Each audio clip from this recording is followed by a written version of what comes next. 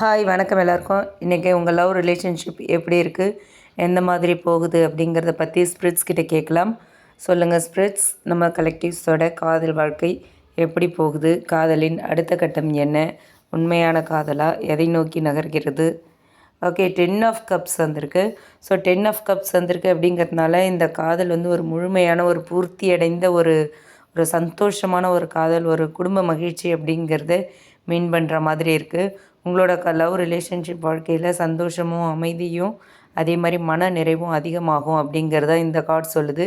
So நீங்கள் விரும்புகிற உறவு ஒரு நிலையான ஒரு உறவாக இருக்கும்.